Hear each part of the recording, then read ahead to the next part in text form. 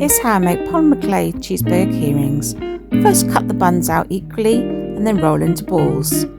5 of them you're going to push down into a nice flat shape, and then 5 I'm going to shape with my fingers into a dome shape for the lids. Now I'm going to make my burgers, again using a smaller cutter. I'm going to make patties and then press them down with my fingers to give them a realistic look.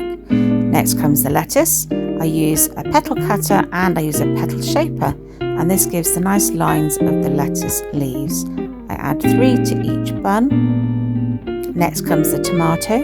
I just roll a long thin cylinder of red and add.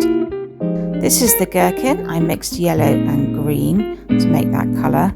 This is the cheese, of course, that was just cut out into squares. And now I'm mixing polymer clay with red clay to make ketchup. It's a bit messy, but that's the kind of effect I'm going for. So pop the lids on. Now you're going to make the sesame seeds for the top.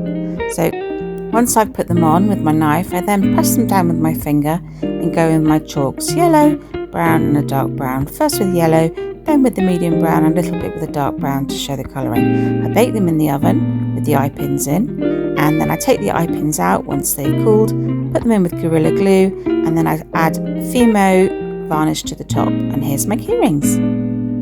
If you give this a try, do tag me so I can see.